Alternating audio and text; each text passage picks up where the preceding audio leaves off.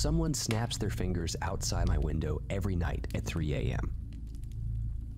I heard it my first night in the new house. Someone was walking down the street and snapping their fingers with both hands in the middle of the night. Shit, I had forgotten to close my curtains. Earlier that day, an older couple came over with a saran-wrapped plate of muffins and a warning. They told me that every night at 3 a.m., someone walks outside the house and snaps his fingers. They said that I should never, under any circumstances, look at the man. If I did, I would sorely regret it. When I asked them what happened if you looked at him, they didn't say a word. Instead, they just looked at each other, and the husband shook his head. Now, I was in my room, and the snapping man was on his way. I was just about to get out of bed and shut the curtains when suddenly the next snap came from right outside the bedroom window. I let out a startled cry. The house was a good 20 feet from the public sidewalk and separated by a garden gate, and then a row of bushes. Somehow, he had cleared that distance in less than a second. I covered my face with the pillow and curled up into a ball. A whispered prayer escaped my lips, and I hoped that God was stronger than whatever was outside. The thing started walking back and forth, going just past my house each time. His snapping started out slow and rhythmic, but got faster and faster each time until it reached a feverish speed. As they sped up, the snaps grew louder, much louder than any sound a human snap could make, to the point that they rattled the window glass in its pain and drowned out every other sound. I began to shake and shouted for Jesus to protect me. Part of me wanted desperately to jump out of bed and face whatever monster was outside, but I thought back to my neighbor's visit and resisted the urge. It wasn't even their warning that persuaded me. It was the look on their faces when I asked what happened to those who chose to look. They both turned white as ghosts, like the blood had been drained from their heads, and their faces twisted in nauseating fear at the memory of neighbors who hadn't heeded their warnings. It was the kind of instant animal reaction that you cannot hide even when you try. So I knew that whatever happened to those who looked, it had to be terrifying. Even so, it was difficult to lie there defenseless in bed while the snaps grew so loud that I thought my eardrums might burst. I tried stuffing the corners of my pillow down my ears, but it did nothing to quiet the incessant roar. Then there was silence. The noise stopped so suddenly that it was almost startling. From outside, a gravelly reptilian voice said, not in a whisper, but in a low and quiet tone, "Good night." Footsteps went away from the window and back up the road in the direction they came. It wasn't until the footsteps trailed off that I noticed the sound of someone crying. After a moment, I realized it was me. I was crying. No. Sobbing uncontrollably. The experience had been absolutely terrible and frightening in a way I cannot put into words. The worst part was that the louder the snaps got, the more I wanted to look at who was doing them. It wasn't just morbid curiosity. It was almost as if the sound was beckoning me, like an audible anglerfish was inviting me into its razor-filled jaws. I got up without opening my eyes and shut the window curtains. It took 4 more hours to fall asleep, and even then, only because the sun was starting to rise, and the world felt safe again. After a while, I developed certain strategies for coping with my nightly visitor. At first, I tried putting earplugs in before going to bed, but that didn't do anything to cover up the sound of the snapping. Worse still, the goodbye at the end was always as clear as if I had my ear up against the wall. I asked around, and some people in the neighborhood let me know that you could help drown out the noise by leaving a fan on through the night. It sounded dumb at first, but I was desperate enough to try anything at that point, and sure enough, it worked. The snapping was still loud but endurable, and after a week, I was sleeping through the whole thing. In order to make sure I never accidentally looked out the window, I tied the curtains shut and put a box over the sill for an added layer of protection. I also constructed a wall of cardboard around the corner of my bed, closest to the window, so that if I happened to look over there in the middle of the night and the box had in some way fallen off, and the curtains were somehow open, I still wouldn't see him. I even put a tripwire in front of the window so that if I were to try and unblock the window in my sleep, I would fall over and wake up. I know it's a lot of precautionary stuff, but what would you do in my situation? I was determined to not be like one of those dumbasses in scary movies who know there's an imminent threat and just keep going about things as usual. And when the monster gets them, everyone in the audience thinks, "I told you so." Fuck that. Once I fine-tuned my nighttime defense strategies, my life started getting back to normal. I joined a book club, settled into my new job, and even became friends with a couple coworkers. One was a goofy guy named Tyler, who was stupid in a fun to be around kind of way. And the other was a beautiful girl I was flirting with named Amanda. Everything was going great until I had the dumb idea to invite both of them over for a little party at my place. We started off with board games, pizza, and beer, then more beer, then some pizzas, and finally some more beer. At one point, Tyler got up to use the pisser, as he put it, and I seized the opportunity to capitalize on the liquid courage I had in my system and make a move on Amanda. I was just building up to it when Tyler shouted out, "What the fuck is this stuff in your room?" I froze. I had gone so long without waking up at 3 that I had half forgotten about the thing that roamed the neighborhood. I looked down at my watch. I had let time get away from me. I got up and ran into my bedroom, and Amanda followed me. "Don't touch it. Get away from the window," I shouted at Tyler, who was peeling back the box on the windowsill. He and Amanda stared at me with their mouths gaping open, and I knew I had to explain myself. I told them all about the thing that comes by every night at 3 a.m. and how it was incredibly dangerous to look at him. I expected them to think I was crazy, but that wasn't exactly how they reacted. Tyler gasped. "So, like, your neighborhood is haunted?" "Well, yeah, I guess technically. But it's not a huge deal as long as you stay away from that window," I said. "So, like, you've never even seen the guy that does this?" he asked me. I shook my head. "How do you know it isn't just some random loser playing a prank?" "Trust me, if you heard it, you would know that it isn't anything human," I told him. He looked at me with a flash of excitement. "What time is it?" he asked. I checked my watch again. 2:58. I stuttered and then looked at him terror. I did not want them to witness the snapping. For some reason, it just felt dangerous to have them around. I worried something unexpected would happen. Something out of my control, like Amanda tripping and accidentally ripping down the box on the window. Or Tyler being Tyler and trying to drunkenly fight the monster. I mean, they were two highly intoxicated young adults, and we were at what shared a passing resemblance to a party. I was basically playing with fire inside a fuel tank. "We need to get out of here. Let's go back into the living room. Simon," I blurted, and tried to herd the two out of my room, but Tyler wouldn't budge. "No fucking way, man. Now that we're here, I want to hear this thing. I'm staying." I could tell he meant it, and I didn't know what I could do to convince him to leave. Before I could even think of something else to say, I heard it. The snaps were starting from down the street. "He's coming," I said, mostly to myself.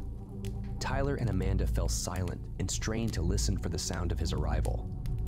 "I don't hear," Amanda started to say, but she was cut off by the sudden sound of snapping that came from right outside the window. I groaned. He was here. Tyler, who was facing the window, fell backwards onto the floor. "Holy shit," he giggled. "It's real." I didn't like the look I saw on Tyler's face. He was eyeing the window up and down like it was a roller coaster he was about to ride. A plunge into adventure that he was ready to take. "Come over here, Tyler." "It's not safe by the window," I said, but my words were lost on him. "Tyler, get over here," Amanda yelled. The snapping started to get louder, and Tyler's visage changed from excited to afraid. However, that glimmer of adventure still shone in his eyes. "Why can't we look at him again?" Tyler shouted over the growing noise. He started to move hesitantly towards the rattling window. I tried to shout back an answer, but the snapping was already deafening, and it drowned out any sound of my voice. "Where is that fan?" I looked around desperately for the fan that could quiet the all-consuming noise. I could have sworn I left it in its usual place. Amanda covered her ears and crouched down to her knees. I could tell by her face that she was crying. For a second, I bent down to comfort her, and when I looked up, I just barely caught Tyler's mouth moving. I'm not the best lip reader, but I could tell he said something like, "I think I'm going to open the window," he said as he reached to pull the box off the windowsill. I sprang up from the floor across the room towards him and shouted with all my might for him to stop, but it was too late. Just as I was about to reach him, Tyler undid the curtains and he laid eyes on the terrible thing outside. I shielded my own eyes with my elbow just in time, but that didn't stop me from hearing Tyler's screams. Because as soon as Tyler opened the curtains, the snapping stopped. The thing outside the window let out a deep animal moan of pleasure, and then all we could hear was a mortifying, blood-curdling wail. It came from Tyler, and it sounded like a mix between a terrible human shriek and the squeal of a pig being slaughtered. I felt bad for him, but at the same time, I didn't know what I could do to help without putting myself in danger. Thankfully, the screaming soon subsided, and after a few seconds of silence, I decided to open my eyes. Tyler was sitting in the corner, slumped over like a drunk. His mouth was turned up in a slight smile, and drool poured out of the corner. "Tyler," I began to talk to him. He looked over when I said his name, and I saw that his eyeballs were all white. They didn't have any pupils or irises, not even any veins. They were just pure white, like two cue balls stuck in his skull. He smiled wider. "Tyler, are you all right?" I asked. "I'm fine," he said dryly as he stood up. I looked at the watcher, and he has helped me truly see. He took a step toward us. "I think you two should look. I promise you won't regret it." He took another step forward and reached out a hand in our direction. "Just take a quick peek. I won't tell anyone." At that moment, a dull thud came from the window. Tyler went on talking and staggering towards us. I put a protective arm out in front of Amanda, in a feeble attempt at shielding her from whatever terribleness had entered the body of our friend. "You should take a look. It's not so bad. It's not like what they've told you." There was another thud against the window. It sounded like something was pounding on the glass. "I promise I wouldn't lie to friends," Tyler said. Thud. "Do I look like I'm hurt?" I wanted to say that he did look hurt, but I knew it wouldn't do much. There was something very wrong with him. Looking out the window had changed him. "Tyler, what is that thing doing?" I asked him tentatively as I took a cautious step backward. Thud. "Who?" Tyler asked me. "That thing is outside." "Oh, he's banging his head on the glass." He says that once someone looks at him, he's allowed to come in. As he said those words, there was another thud, and the glass made a cracking noise. I turned around to look at Amanda and said the last words I would ever speak to her. "Get out. Now." She took off running, and I followed close after. Behind us, I heard Tyler call out, this time in his normal voice, as if the real Tyler had fought his way out of the prison that was on his mind. "Wait, take me with you. I can't see." I paused and almost turned back, but that was when the window shattered, and I knew that going back for him meant certain doom for us both. It was hard to leave my friend behind like that, but I told myself there was nothing I could do. It would have been like one drowning person trying to save another, so I took off. By the time I got through the front door, Amanda was already out of sight. Her car wasn't in the driveway, so I assumed she made it to safety. My car was in the garage, and the keys were up in my room, so I ran away on foot. New screams and the sounds of tearing flesh echoed out into the night as I crossed the lawn and scampered down the sidewalk. There was so much adrenaline in my system that running was not difficult, even though I was severely out of shape. I ran until my frantic legs carried me to a public place, a fast food restaurant that I had never noticed before. Thank God it was open. I burst inside and collapsed onto the sticky tile floor where a worker had just mopped. He looked slightly annoyed, but not in the least bit shocked. I guess the graveyard staff at a fast food place sees a lot of crazy shit. As soon as I regained my breath, I pulled out my phone and called 911. I told the operator that someone had broken in and attacked my friend. I hoped there was still a chance for Tyler, but in my gut, I knew that it was over for him. The operator asked where I lived, and when I gave her the address, her tone of voice completely changed. "Did he? Look out the window," she asked. I guess emergency services were already aware of the thing that wandered the neighborhood. "Yeah, he did," I sniffled. "Well, I'm sorry, sir, but there's nothing we can do for your friend. We will try to recuperate most of your belongings in the morning, but you cannot go back to that house." "Do you have somewhere else you can stay?" she asked. I was speechless. There was nothing they could do. What was that thing that went snapping outside my window every night, and how was it so terrifying that even 911 wouldn't mess with it? Eventually, I lied to her and said I could stay at a relative's house. But truthfully, I had nowhere to go. My only two friends in the area were Tyler and Amanda, one of whom was literally in the belly of the beast, and the other wasn't answering my calls. I bought a cheeseburger and a soda and spent the rest of the night lying in a booth at that fast food place. Now I live in a new city, in a new neighborhood. I have a good job and am even making a few friends at work. Things are going great, but I'm starting to get a little worried. My next door neighbors just called and said that they wanted to come over to discuss some community guidelines. They said it has something to do with locking your doors every time there's a full moon. I swear, I can't take this stuff anymore. Why can't I just find a decent place to live? Hello, my name is Shaggy Satter, but you can call me Shaggy for short. I'm going to recall a story of mine that I tell rarely. My own family doesn't even know about this. And while that might sound weird to you, trust me, it makes more sense to tell internet strangers than the people I'm forced to be around. But I believe it's time to rewrite the story to clear up any confusion. So without further explanation, let me get into my story. This happened when I was much younger. I'd have to ask my parents when the camping trip happened to tell you how many years ago it was. But I can assure you it was at least a decade. Now I'm going to use some questionable words to describe the location. Words like wooded and wilderness, reserve, because I don't know the best words for this thing. Around a decade ago, a friend from church asked me to join his family on a camping trip to a wilderness reserve called Oasis State Park. Of course, since this was my best friend and his family had always been nice, I said yes. Up until that point, I had only camped rarely. So the prospect of camping with a friend and his family seemed absolutely amazing. So we began preparing for a weekend when I wasn't busy. I got my own tent, my own sleeping bag, and my own supplies. Once all that was gathered, the father of the friend came and picked me up, and my parents waved me off. There are quite a few things I remember from that trip.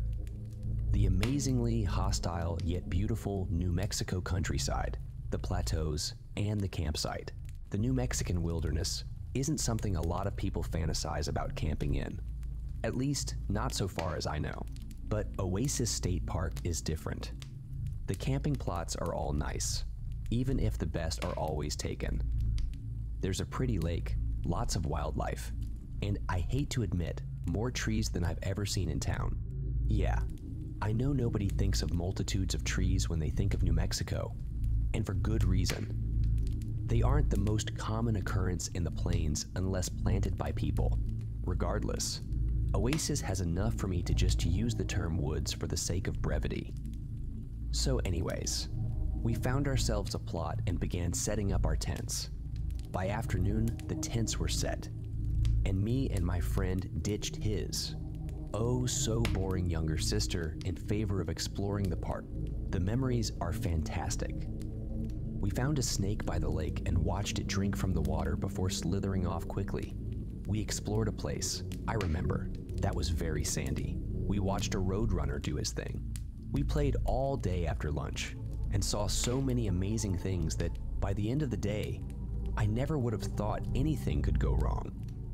We finished the day like you always do, by collecting sticks and starting a fire to eat s'mores and tell ghost stories. None of the stories were scary, probably because me and my friend were kids. His sister was an even younger child, and his father was the lead singer at our church. Making children cry was bad for his reputation. So by ghost stories, I mean little jokes or stories designed to make us giggle more than cry. Yeah, it was lame, but what do you expect? Anyway, shortly after the stories were said and s'mores were eaten, we retired. Me to my tent and my friend, his father and his sister to their tent. Now for this setup, I'll explain positioning. This is all going to be important. My tent was at one edge of the plot, and my friend's tent was at the exact opposite. This was for privacy reasons. At my end of the plot was a mini trail that led through thick brush to the lake. Also, about 3 feet from my tent was a little tree. I don't know what kind of tree it was, but it was still young and small. The trail to the lake was to the left of my tent entrance.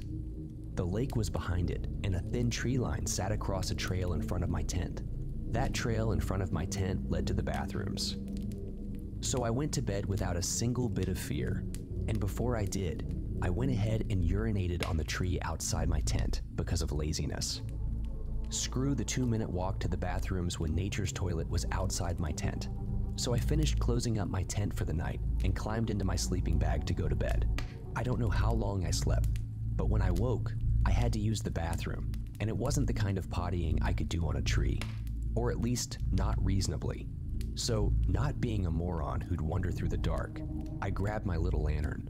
I flipped on my LED lantern, and I unzipped the inner flap of my tent before the outer, as if that little nylon net could protect me from what I was about to see. Now I should mention that outside of cities in New Mexico, it's quite common to hear coyote howls. It's a nightly occurrence when camping. Heck, even up in a little village like Logan, you can hear the howls from your bedroom. It isn't so unnerving when you're in a house. But when you get some flimsy nylon walls to protect you, and that's it, well, it isn't the most comforting sound. As I unzipped my tent flap, I did hear a few howls, but they were distant and not worrying. What stunned me into stillness was a very loud howl from the direction of the lake, about a yard from my tent at most. This howl was different though. It had the feel of a coyote howl, but it was deeper, and it lasted longer. I simply sat there, petrified at what I heard. I wouldn't be able to guess how long I sat there, breathing hard with my fingers still grasping the zipper. But however long it may have been, it was just long enough for the thing that made that howl to come up the trail next to my tent. Suddenly, I heard the crunching of claws on dirt, and after that, claws on the rocks that made our camping plots. Then I saw the largest shadow made by a living creature that little kid me had ever seen.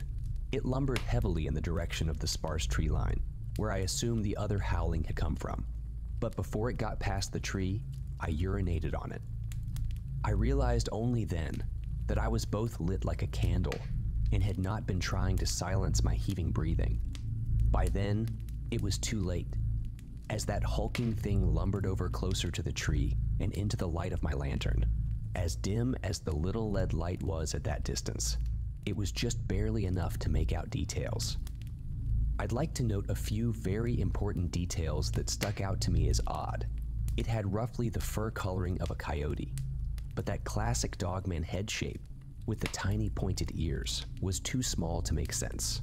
It also made strange noises as it lowered to all fours in front of my tent. Popping sounds like joints rubbing together, as I can only assume their knees busted out of their standing joints and fell into different joints to support all fours. It briefly ignored the very obviously frightened kid in my tent as it sniffed the tree I had urinated on.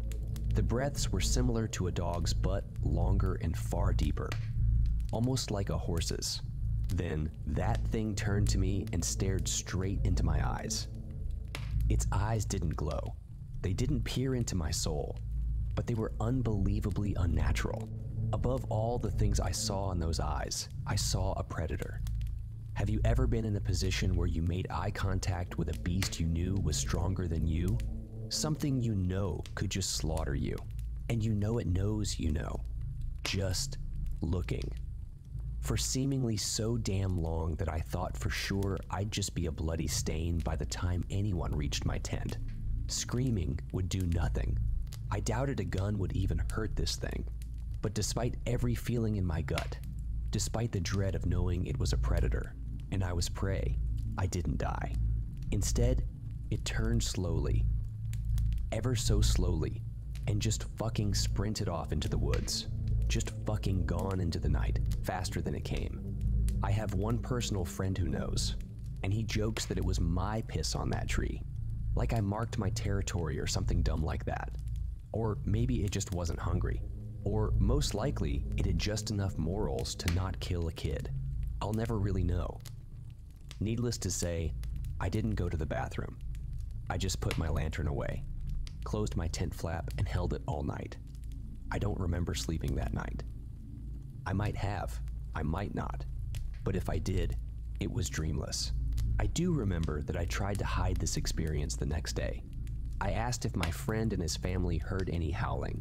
While they did hear the howling, they told me they just ignored it, thinking it was a coyote doing coyote stuff. I was encouraged to just ignore it, as if I were a city kid who had never heard coyote howling before.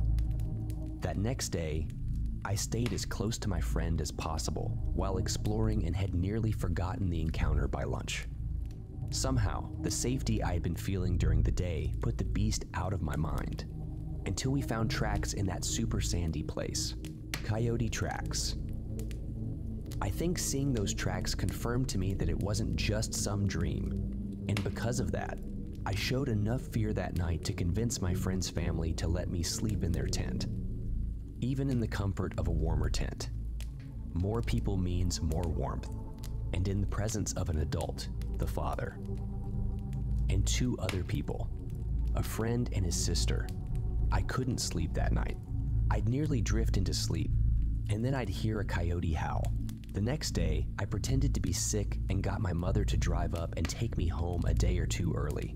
The worst camping trip of my life ruined not only my whole summer, but also camping. I haven't been camping without a tent buddy, and I don't plan to. Even then, I'm never comfortable, always listening for strange noises and acting paranoid. This really messed me up, I guess. Being forced to see that a human at the top of the food chain is utterly powerless in front of such a beast. Seriously. I don't think I can press hard enough to make everyone realize how powerless I felt. Even today, when I think about this, I remember two things first: those eyes and that feeling. Just writing this sent multiple shivers up my spine. That said, you might be asking why I'm talking about this again if it terrifies me so much. Simple. I both want answers, and I want to add to the conversation. I feel the need to add this encounter so that others can experience it. Maybe contact me with questions or answers. So let me say now that if you have any idea what happened that night, please respond or DM. If you have any questions, go ahead and do the same.